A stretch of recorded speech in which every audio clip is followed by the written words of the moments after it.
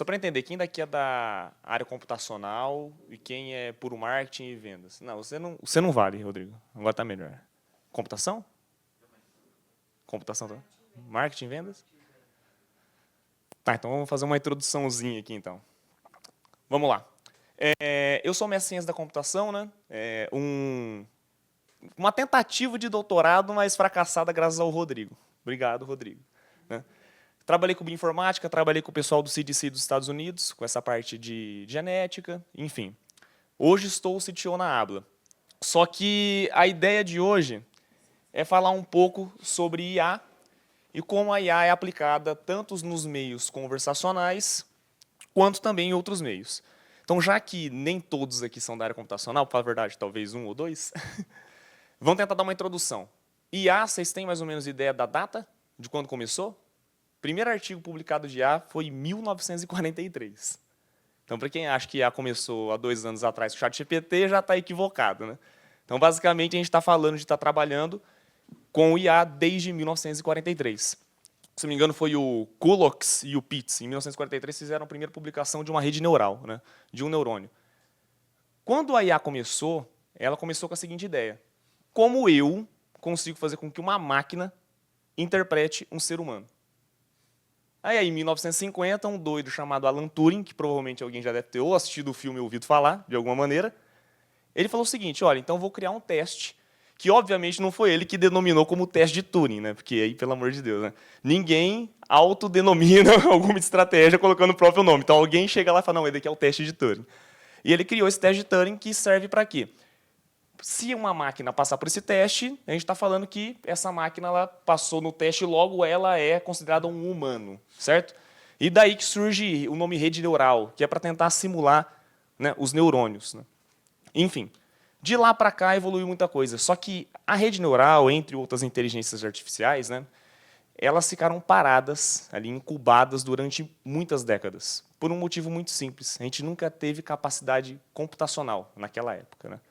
A gente está falando que 1943, 1944, quando teve o Mark I, que foi o primeiro grande computador. Quando eu digo grande computador, estou falando assim, está vendo o distrito aqui, né? Não, sala? Está vendo o distrito aqui, é isso. Você tem ideia, lá em Los Angeles acabava 10 quarteirões de energia quando eu ligava. Só para vocês terem noção do quanto que a gente precisava de espaço para, de fato, ter um pequeno ganho de processamento, né? Então, isso ficou ali incubado por muito tempo, até que, com os avanços tecnológicos, a gente conseguiu processar essas informações. E a gente chega hoje com, obviamente, uma capacidade computacional muito maior, né? Hoje, um reloginho que nem o seu tem uma capacidade de processamento de nem sei quantos milhões daquele computador, né? Muito mais, né? Então, a gente entendendo que IA não começou agora e a capacidade computacional está atrelada com realmente eu conseguir, de fato, aplicar isso ou não, a gente chega nos dias atuais e começa a compreender como que ChatGPT, entre outros, né, entre outros correlatos, estão revolucionando o mercado, né? Então, a ideia da agenda de hoje é falar um pouco da inteligência artificial no marketing. Vou falar um pouco sobre o RAG e LLM. Vou tentar deixar o menos técnico possível, obviamente, porque o público não é o público técnico, né? E como que a Abla consegue interligar essas coisas, tá? Então, IA generativa. Quando a gente fala de IA generativa, a gente está falando de uma vertente de IA, né? Acabei de falar de rede perceptron, rede neural. Não é IA generativa, porque esse tipo ela não consegue gerar conteúdo, né? Rede neural é outra coisa, tá? IA generativa, basicamente, é toda inteligência artificial que consegue gerar algum conteúdo. Quando digo gerar conteúdo, eu estou falando texto, imagem, áudio, vídeo, entre outros que vocês já cansaram de ver no Instagram de vocês, no TikTok, em qualquer coisa, vocês já viram algum vídeo a respeito disso. GPT, por exemplo, que provavelmente todo mundo já deve ter utilizado. Quem já utilizou o ChatGPT? Ou algum outro tipo de inteligência? Maravilha. ChatGPT, você vai lá e escreve alguma coisa. Quando foi que o Brasil foi descoberto? Aí ela fala: foi no ano de 1500.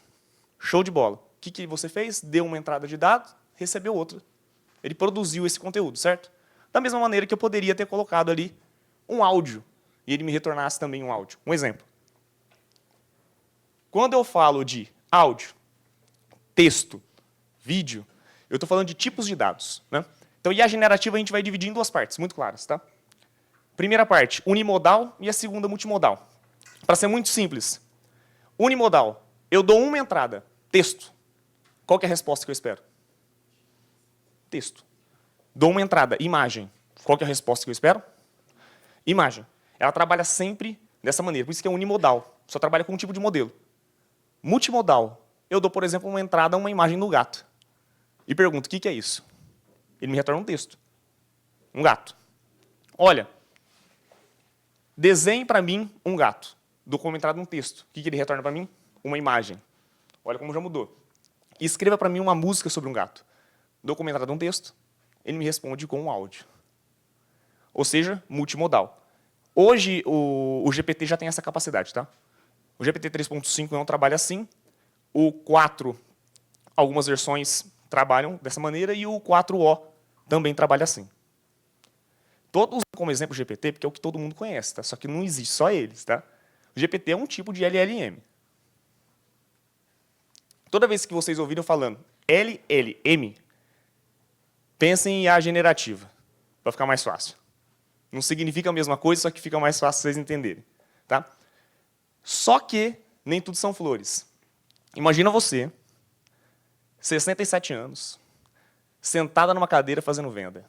E aí você descobre que tem uma IA que consegue se passar por você. E essa IA custa 1/5 do seu valor. O que isso gera? Frustração, no mínimo. Né?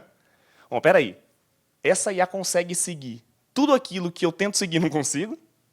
Essa IA custa muito menos do que eu custo para a empresa.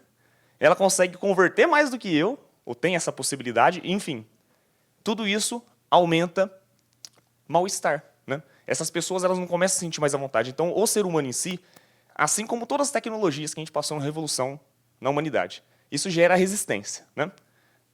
Quem lembra da Apple quando lançou o primeiro iPhone? Você tá louco? Eu vou usar um telefone que não tem um botão para eu conseguir digitar para quem eu vou ligar. Vou colocando meu dedo engordurado numa tela. Tudo isso que eu estou falando, caso real, tá? Não é assim, estou tirando do nada. Foi aí que eles entraram, completamente disruptivo, arrebentou com o mercado, deixou todo mundo doido. O que começou a acontecer? Celulares híbridos. Olha como que o ser humano ele vai resistente. Aí começou aquele celular que é metade da tela touch, metade da tela com teclado. Eu, assim, né? Também utilizei esses argumentos e, obviamente, eu fui primeiro para o híbrido para depois continuar. Depois disso que a gente viu essa revolução de todo mundo começar a utilizar celulares touchscreen, né? Full touchscreen. Né? Só que esse dado aqui é o dado que, de uma certa maneira, tranquiliza. O GPT, em 2022, com 5 dias de uso, não estou falando 5 dias de uso depois de quando começou, algo do tipo assim, enfim, depois eles terem engrenado. Estou falando assim, ó, lançou. Todo mundo pode acessar. 5 dias de uso. 1 milhão de usuários distintos. O único software que conseguiu bater isso foi o Threads em 2023, que atingiu esse mesmo número em 1 hora. Só que o Threads, eu falo que ele é falso aqui, né? Porque o Threads foi lançado em 2023. Quem sabe o que é o Threads? É do Instagram. O Instagram foi lançado em 2010. Qual que é a base de clientes que o Instagram tem? Aí até minha avó, em 30 minutos, coloca 1 milhão aqui. Né? Pelo amor de Deus. Mas, enfim, o GPT atingiu isso em 5 dias. Curiosidade, óbvio, peraí, eu vou conversar com uma máquina vai conversar comigo, coisa de louco. Todo mundo quis usar. 180 milhões de usuários em setembro de 2023. Em agosto de 2023, bateu 1,43, ou no caso, 1 bilhão 430 milhões de acessos. Nesse mês, tá? Não estou falando do acumulado, não. Só nesse mês foi 1,4 bi acesso. Então, absurdo. Isso significa uma coisa muito simples, pessoal. Tem gente usando. Então, quando a gente fala do vendedor de 67 anos que está com medo, o medo, na realidade, ele vem do desconhecido. Né? Como eu posso usar essa ferramenta para potencializar a minha venda? A minha venda, não a do concorrente. Né? E aí a gente começa a juntar tudo aquilo que o Marcos falou, do Philip Kotler, inclusive trazendo exemplos do marketing 5.0. O que ele diz lá? ele fala muito sobre criar uma experiência personalizada de percepção e resposta. Vou dar um exemplo claríssimo, tá? Em 2019, Estados Unidos, Walgreens, eles têm uma rede de distribuição de bebidas gigante. O que eles testaram? E se eu tivesse uma geladeira inteligente, que ao meu cliente chegar, ela indicar o que o meu cliente deve comprar? Será que isso funciona? Testaram isso em 2019, e a generativa já estava bombando, já funcionava. Eles começaram a fazer esse tipo de conteúdo. Sensores na máquina, câmeras para identificar o perfil da pessoa. Porque, obviamente, com uma câmera você consegue identificar. Pô, peraí. O perfil da pessoa está dando ali entre 30 e 35 anos. E o clima externo? Calor pra caramba. Interessante. Que dia? Domingo. O que será que eu vou sugerir para uma pessoa de 30 a 35 anos, calor pra caramba, num domingo? Opa, talvez eu vou indicar para ele uma cerveja. Exemplo. Pelo perfil dele. Dessa maneira, a geladeira inteligente já, pum, propaganda da cerveja. O que eles começaram a perceber? Que eles implantaram isso em algumas lojas. As lojas que eles implantaram, cresceram o faturamento. As lojas que eles não implantaram, não cresceram o faturamento. Isso deixou claro, que é um experimento válido, que se eu crio uma experiência personalizada para o meu cliente, eu consigo, inclusive, fortalecer o consumo daquele cliente. Às vezes ele nem queria aquilo, né? Só que estava toda a situação propícia, faltava alguém fazer isso daqui. Ó. Vai, filhão. E aí foi o que aconteceu. Né? Sensores detectam o cliente na proximidade, sensores registram sobre os dados sobre o cliente, a IA processa isso, oferece essas respostas personalizadas e, no fim, essa interface entrega. Esse fluxo aqui, pessoal, ele independe se eu estou conversando com um totem, se eu estou conversando no WhatsApp, se eu estou no Messenger, se eu estou conversando com um robô na minha frente. É sempre o mesmo processo. E aí a gente vê aonde a gente consegue aplicar isso. Num FAQ, perguntas e respostas. E se eu tivesse uma IA que, ao invés de toda vez acionar meu suporte, conseguisse conversar com essa pessoa dando as respostas? Suporte, suporte mesmo. Ó, minha ferramenta está com pau. Ou deu algum problema na minha imobiliária. Ou a minha construção está com atraso, ou algo do tipo. Suporte. Agendamento. Eu precisava agendar um cabeleireiro. Eu precisava agendar uma consulta médica. Quanto que custa um funcionário para fazer isso e quanto que custa uma IA para fazer isso? Qual que é o volume que uma IA consegue atender e um atendente físico ali consegue atender? Comercial. Aí o bicho começa a pegar. Que a gente começa a falar de capacidade argumentativa, a gente começa a falar de conteúdo personalizado, processo extremamente extenso e, dependendo do comercial, a gente tem uma jornada extremamente longa. E aí, a gente começa a olhar para aquele funil do Marcos e como a IA generativa consegue contribuir. Vamos imaginar o seguinte, seguindo realmente o formato da ampulheta e pensando em termos de contribuição. Quanto mais ao extremo, mais a IA generativa ela consegue contribuir. E é onde faz mais sentido e é onde demanda a maior dor do comercial, por exemplo. Prospecção. É muito mais pesado ser prospectado que cair 3 leads no teu colo para você fazer uma venda. Extremamente mais. Né? É muito, muito, muito mais difícil você trabalhar lá na frente no advogado de expensão do que ali no onboard de ativação. Então, o que acontece?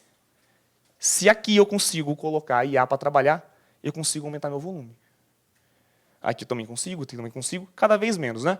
Quando eu vou chegando na capacidade argumentativa cada vez mais intensa, que é onde que eu preciso de um humano, ali talvez para fechar, um closer, por exemplo, passo o bastão. Só que é muito melhor passar o bastão para 10, 15 clientes que eu já qualifiquei, do que eu passar o bastão para 200, sendo que ele vai ter que requalificar esses 200, porque não fez um trabalho bem feito anteriormente. Né? Então, basicamente, essa é a ideia. E aí, usando outros exemplos, né, a gente pode trabalhar isso com personalização, por exemplo, em decisões de viagem. Foi feito um teste em 2022. Tá? Tudo isso aqui vocês estão vendo de referência, e daqui são artigos científicos que eu trouxe como referência de trabalhos que foram desenvolvidos acima disso. Então, nada disso daqui é, alguém me falou. Tá? Decisões de viagem. Foi desenvolvido um sistema para a pessoa auxiliar, né, para as pessoas, na realidade, terem um auxílio de o que eu faço. Vou para São Paulo. A gente que vem da Grande São José do Rio Preto, 440, 50 quilômetros daqui. Chegamos aqui, o que eu faço em São Paulo? A gente é do sítio. Conhece só gado, bezerro e assim vai. O que a gente vai fazer? Olha, São Paulo, você tem a opção X, Y, Z. Né? O trânsito terça e quinta é movimentado, percebemos. Né? Entre outras coisas. Então, o que acontece? Esse tipo de conteúdo que pode ser gerado, ele consome uma base de conhecimento anterior que foi depositada ali para aquela IA. Teste foi feito, ajudou a pessoa na compra da passagem, ajudou a pessoa durante a viagem e no pós. Experiência do cliente. E aí, será que você recomenda essa viagem? Você gostou desse roteiro que você fez? Fez sentido para você? Replica isso para outras pessoas. Né? Resolução de problema. Suporte tomada de decisão. Trabalhei durante 8 anos dentro da Unesp ali, fazendo graduação e fazendo o mestrado. Eu fiquei alocado no laboratório, que é um laboratório de computação e processamento de imagens. O que eles trabalhavam ali? Em específico, detecção de câncer no colo do útero e também câncer no reto. Certo? Basicamente, o que eles faziam? Tem um pigmento que os médicos utilizam, né, que é o que dá o contraste, que chama de pigmento de contraste. Pelo contraste da imagem, eles observam e falam, opa, provavelmente está com câncer. Certo? Agora, imagina você ter que analisar uma base de não sei quantas imagens. Imagina se eu tivesse uma IA que conseguisse analisar aquilo e fornecer uma probabilidade dessa pessoa estar com câncer ou não. O que acontece? No fim das contas, ao invés de chegar ali para o médico uma indecisão absurda, ele tem, na realidade, uma ferramenta de suporte de tomada de decisão. Então, olha, estou com dúvida, mas baseado em todos os outros casos que a gente viu parecido com esse, essa pessoa de fato está com câncer. Ou não está com câncer. Então, isso já é utilizado. Tá? Fiz parte de pesquisas a respeito disso, funciona, tem um bom acerto, inclusive diversos artigos publicados internacionalmente por esse mesmo laboratório. REG e LLM. Vamos tentar deixar isso daqui o menos traumático possível. Alguém já tentou conversar com o ChatGPT? Pergunta A, pergunta B, pergunta C, pergunta D, daqui a pouco ele está falando abobrinha. Alguém já passou por esse sentimento maravilhoso? Que é você falar com ele 300 vezes que o seu nome é Joaquim e daqui a pouco ele começa a responder que é José? Então, é mais ou menos por aí. LLM alucina. Vamos imaginar que o ChatGPT é, assim, Babilônia. Tem um absurdo de conteúdo ali dentro. Vamos pensar na Biblioteca de Alexandria. Tem muito conteúdo. Imagina que você chega para a bibliotecária e fala o seguinte, olha, eu queria saber o que está escrito na página 3 do livro tal. A resposta dela é, eu vou arriscar aqui, é tal coisa. Dificilmente ela vai acertar, certo? É muito difícil isso, porque o conteúdo que foi treinado no ChatGPT da vida é absurdamente extenso. A gente vai até falar depois de valores, para vocês terem noção. Tá? Ah, mas então a minha empresa é diferente. Eu vou pegar e eu vou treinar uma nova rede. Esquece. Dependendo das quantidades de dados, esse treinamento também não adianta nada. Ah, não, vou fazer um fine tuning. Fine tuning, para quem não sabe, é você refinar aquela IA. Né? Então, a empresa, achando que tem muito dado, né, porque, nossa, minha empresa é muito importante, tem 60 anos de vida, e tem muito conteúdo aqui que eu produzi, tenho 100 mega de conteúdo na minha empresa, vou subir tudo isso.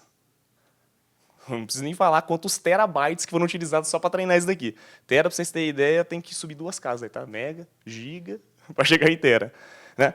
E a pessoa vai lá e vai treinar o GPT fazendo um fine tuning. Né? Não vai treinar não, vai fazer um fine tuning. Sobe lá meia dúzia de documentos e acha que isso vai deslocar. Imagina o seguinte, gente. GPT é um caminhão. O seu dado que você está colocando ali dentro é uma mosca. Para você deslocar ele com uma mosca, é quase impossível.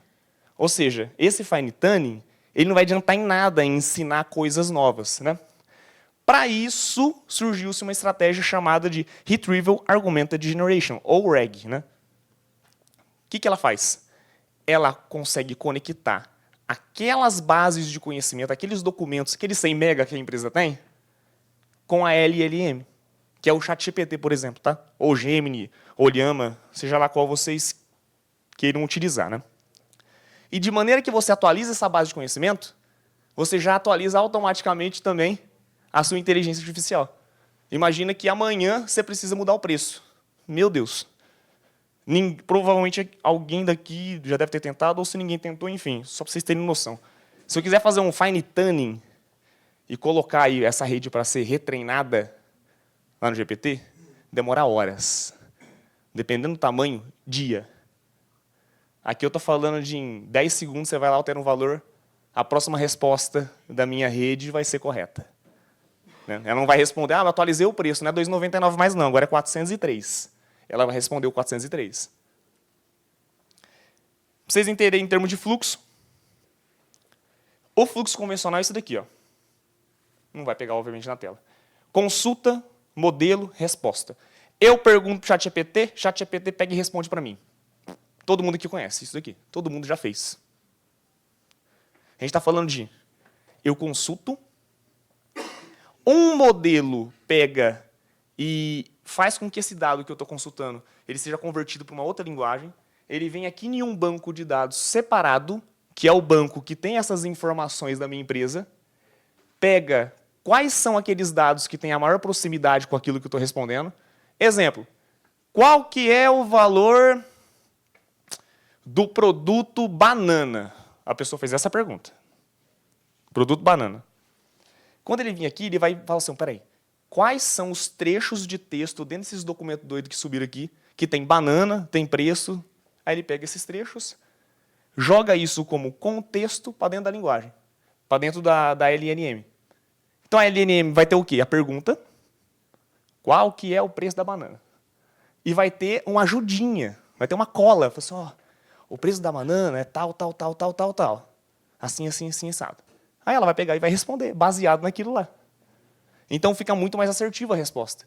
Então, basicamente, a gente está falando que a gente está criando um modelo para soprar esses dados para o ChatGPT. Então, ao invés dele usar todo aquele treinamento gigante que ele tem para responder algo, ele pega todo aquele treinamento e um soprinho que você deu para ele. Fala assim, ó, agora usa esse conteúdo. Só uma imagem, uma versãozinha um pouquinho diferente, né? De como que fica armazenado esse dado. A gente consegue sintetizar melhor a ideia de texto, né? A, B, C, D, a gente vê um alfabeto lindo aqui na minha frente. A gente consegue também sintetizar bem a ideia de documento, de imagem. Só que, no final das contas, tudo isso aqui vai virar um monte de número. Todo mundo vai bater o olho e não vai nem entender o que é. Então, basicamente, o armazenamento disso é eu pego aquele conteúdo, fatio em pequenas partes e jogo dentro desse banco. Imagem, documento, áudio. E depois, por alguns algoritmos de aproximação, eu consigo encontrar, mediante qual foi a minha pergunta, qual que é a resposta mais próxima. Tá? E eu sugiro respostas mais próximas. E aí a gente vai entrar num ponto delicado. Gemini e OpenAI hoje são as duas grandes do mercado que estão degladiando que nem louco. E aí veio o Marcos que me fala, o Rodrigo chamou o Álvaro para fazer inteligência artificial dentro da empresa. Aí eu começo a mostrar uns números desses e ver que eu sou um porcaria, né? Porque como que compete com isso? A gente está falando de Gemini Ultra. 191 milhões de dólares investidos no treinamento. Fora que os caras são os melhores pesquisadores do mundo, tem recursos que parece que é inesgotável e assim vai. GPT, 78 milhões de dólares investidos também em treinamento. Eu estou falando isso daqui em 2023, tá? Vocês têm que lembrar que tem GPT-3, GPT-2, GPT-1. Tem que lembrar que o Gemini Ultra, antes do Ultra, teve também outro. Basicamente, a gente está falando de alguém já investe muito mais do que o Rodrigo chamando o Álvaro para desenvolver inteligência artificial vai conseguir. Aqui é um contra um batalhão de milhares de pessoas. Não dá. Simplesmente não dá. Então, a gente começa a observar de uma maneira muito mais clara que é melhor você entender como utilizar essa tecnologia do que você tentar produzir ela. Hoje, quem entra no mercado para competir como IA generativa aqui dentro vai levar pau. Isso é commodity. Assim como era ligação no Brasil, que você pagava por minuto. Barateia. Assim como o café valia peso de ouro, quanto mais gente produz, menor o preço. Quanto mais a tecnologia melhora, melhor o preço. Eu não sei se alguém já usa comercialmente o GPT aqui, né? Paga por token. As versões mais recentes são mais baratas do que as mais antigas. Por quê? Os caras otimizam. Otimiza consumo, otimiza tudo quanto é coisa, então, que eles querem que você suba. Mas peraí, o cara está me oferecendo um produto melhor, uma IA melhor, e está me cobrando menos do que me cobrava na anterior, que era mais velha, pô. Basicamente é isso, ele vai sufocando o mercado. E isso é um atrás do outro. E, por fim, a gente chega em um ponto que a gente está que nem um doido quebrando a cabeça, porque, tecnicamente, é possível, só que ainda não se mostrou viável no mercado. Viável que eu estou dizendo o seguinte, amanhã a Abla está oferecendo exatamente isso daqui. Né? Amanhã talvez não, mas talvez daqui a alguns meses. A gente está com um estudo avançado em cima disso e, possivelmente, a gente vai conseguir entregar isso ao mercado. Né? A gente falou de agente autônomo. Eu falei algumas vezes essa palavra. O agente autônomo seria, basicamente, aquele vendedor automático, respondendo você por meio de mensagem. Mas vocês entendem que o tempo de troca de mensagem ele é muito mais simples do que um telefone. Né? Porque mensagem eu envio e eu espero. Agora, imagina eu conversando com vocês aqui e eu falo, beleza? Silêncio. Dá 5 minutos depois, o cara fala assim, ah, entendi, você quer conversar comigo? Não funciona. Né? Se a gente entender que hoje as LLMs são capazes de processar em streaming, o que significa isso? Ao invés de eu pegar e falar o seguinte, qual é a data do descobrimento do Brasil? Fiz um pacote, enviei isso para a LLM e ela depois me traz uma resposta. Streaming já está indo esses dados lá para a LLM, ela começou a processar. Aí já está no back-office aqui esperando. A data de descobrimento do Brasil, pum, voltou. 21 de abril de 1500. É isso mesmo? Só por curiosidade. Às vezes não é. Transcrição. Imagina que enquanto eu falo, opa, continua transcrevendo. Ao invés de, enquanto eu falo isso, aí começa do zero. Enquanto eu falo isso daqui já muda, tá? Isso aqui é o game change. Que é eu conseguir falar e ao mesmo tempo ser transcrito.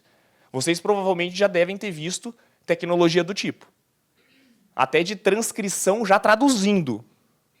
O próprio YouTube utiliza alguns recursos desse tipo. Né? Produção de conteúdo e texto.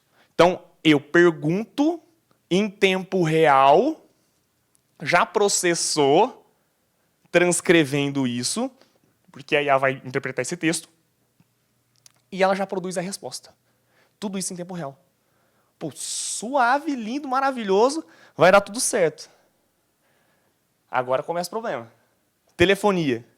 Exige baixa latência. O que significa isso? Tempo de resposta tem que ser rápido. Eu falo oi, eu quero ouvir oi, tudo bem. O que você gostaria? Eu queria comprar um produto. Qual produto você quer? Você quer isso, é bate e volta.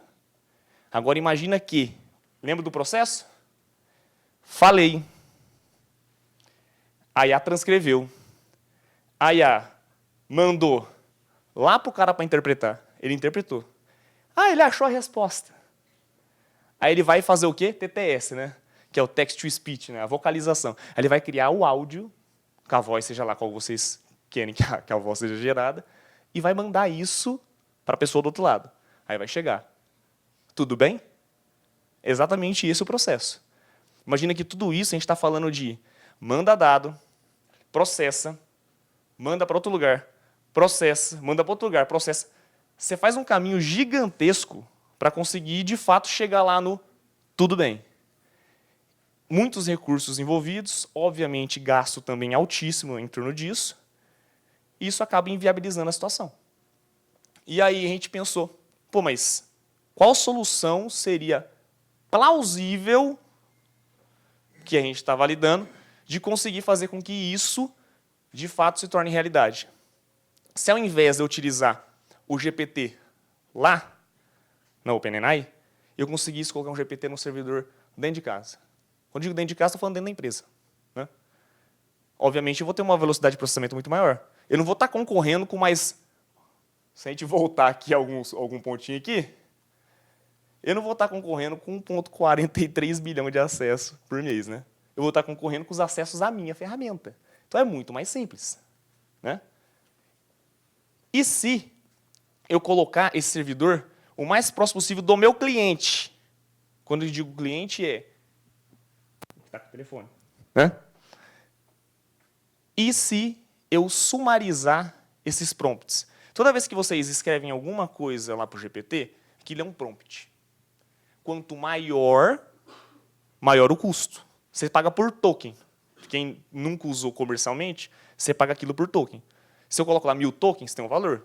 Se eu coloco lá 500 tokens, tem outro valor, menor, obviamente. Então, quanto maior esse prompt que eu envio, mais eu gasto. Então, para viabilizar essa questão de alto custo, eu posso utilizar estratégias de sumarização. Né? Então, são esses problemas que nós identificamos no mercado e possíveis soluções que nós estamos tentando aplicar. Né?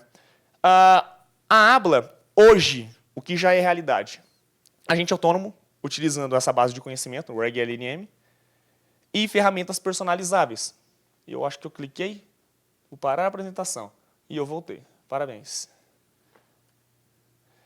Dentro do nosso fluxo, é possível desenhar coisas do tipo: eu crio meu agente, descrevo o que meu agente é.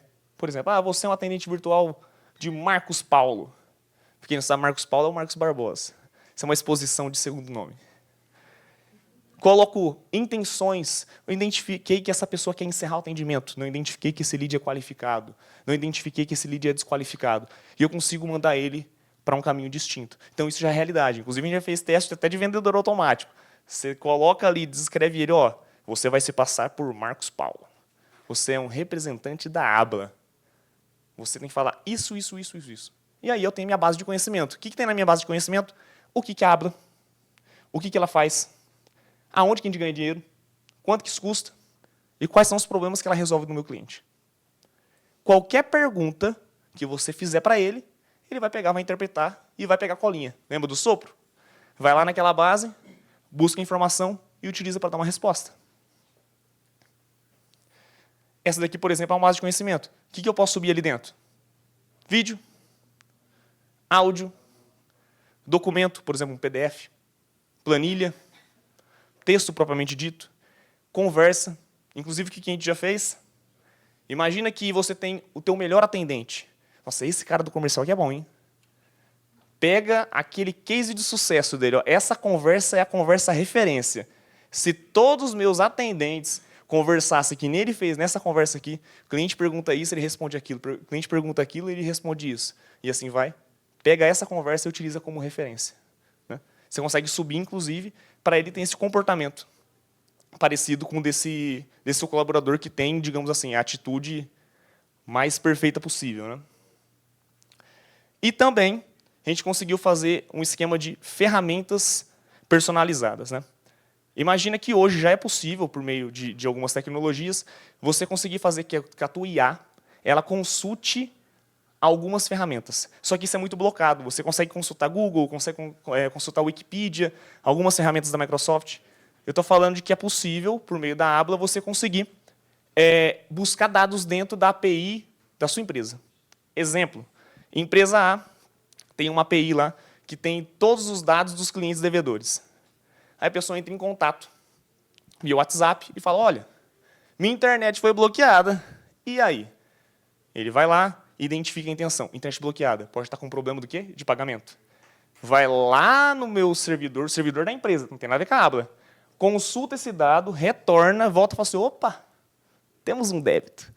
Olha, o senhor está sem internet porque o senhor está devendo R$19,75. Ela falou, opa, entendi. Então, o que eu faço? Eu posso emitir uma segunda via do boleto.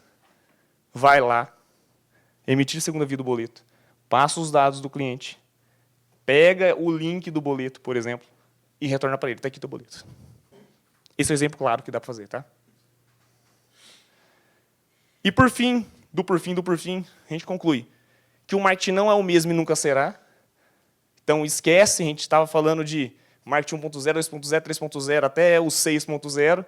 Daqui a pouco é 7, é 8 e vai continuar. IA está aqui, aceita, engole que dói menos e aprende a como utilizar ela. Então, é muito mais importante entender como usar ela do que simplesmente usar. Porque só usar por usar a inteligência artificial também não vai agregar valor nenhum. Tá? IA é commodity. Desenvolver é caro pra caramba. Então, é muito melhor a gente pegar aquilo que já tem pronto e saber que aquilo vai baratear, cedo ou tarde. Linha telefônica já foi trocada por terreno, para quem não sabe. Hoje, linha telefônica ninguém quer nem ter, sim, em casa. Minha tia tem linha fixa. É a única que eu conheço, diga-se de passagem. Né? Aqui estão algumas conclusões, algumas referências. Depois, eu acho que o Marcos vai conseguir enviar a apresentação, enviar também o conteúdo que foi filmado. E aí, divirtam-se, se alguém tiver saco de ler uns 15 artigos. É isso daí. Chamar o senhor Rodrigo Aparecido Xavier Cruz. Entreguei o Cidinho.